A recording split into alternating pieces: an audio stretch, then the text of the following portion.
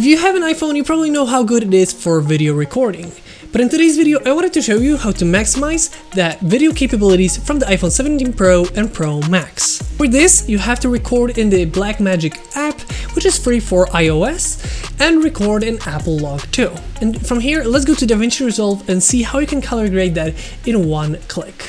As you can see, I already have a couple of shots on my timeline. And as you can see, the Apple Log 2 is a pretty flat picture profile. It isn't colorful at all. But with my Apple Log presets, both free and paid, which you can find in the description below, you can do it in one click. So let's go over to the color tab. As you can see in the LUT section, I actually have my own SD Apple Log set. From here, you can see there's 5 paid, but also a basic free, which works on pretty much all the footage. So as you can see, this is how it is. We can color grade it by going to the color space transform, adding that into a node, and then having another corrector node for editing later in post. And then you can go for Apple Log 2, Apple Log, and then Rec 709 and Rec 709. So that is how it's gonna be, just to get it to Rec 709. And then you can edit the second node however you want to make it look the way you want to.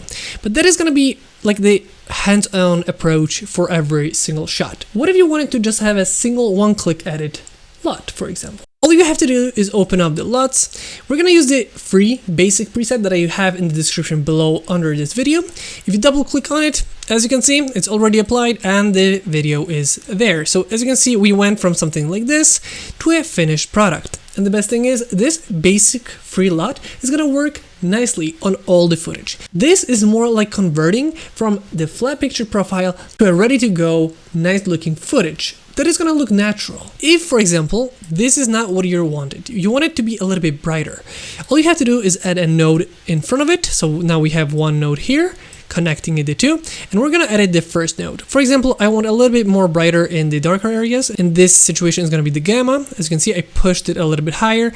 Maybe you want a little bit more temperature, so that is a little bit more like the golden hour. Maybe you want to put the highlights a little bit lower, but the shadows a little bit higher. And now we have another difference.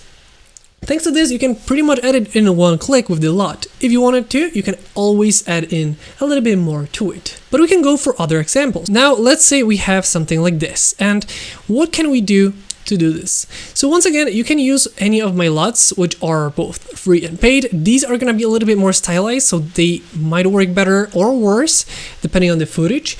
But the basic one is gonna look pretty nice. As you can see, it looks really nice right away. So this is how it was, and this is how it is with just one single click. And here we have once again the same situation. We could go for the Rec 709 and color grade it, but if we wanted to, one single click and it's gonna be a pretty nice usable footage. Let's say for this one, I wanted to use a different LUT. Maybe I wanted to do something slightly different. For me, maybe I wanted to have something that is a little bit less contrasty. So for example, the pool day, the Apple Log 2 pool day, works really nice. And now we go from something looking like this to something like this.